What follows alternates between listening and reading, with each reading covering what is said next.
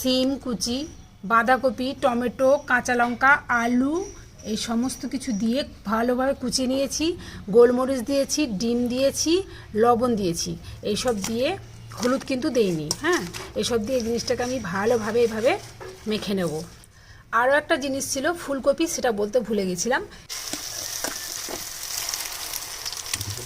এই যে রুটিটা একটা এইভাবে দিয়ে দিলাম।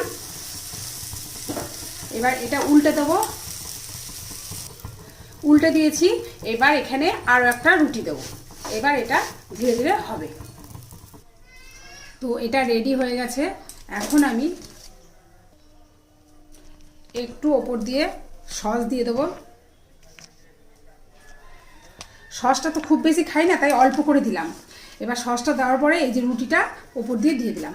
মিক্সড এগ ভেজিটেবল ব্রেড, একদম ঘরোয়া পদ্ধতিতে।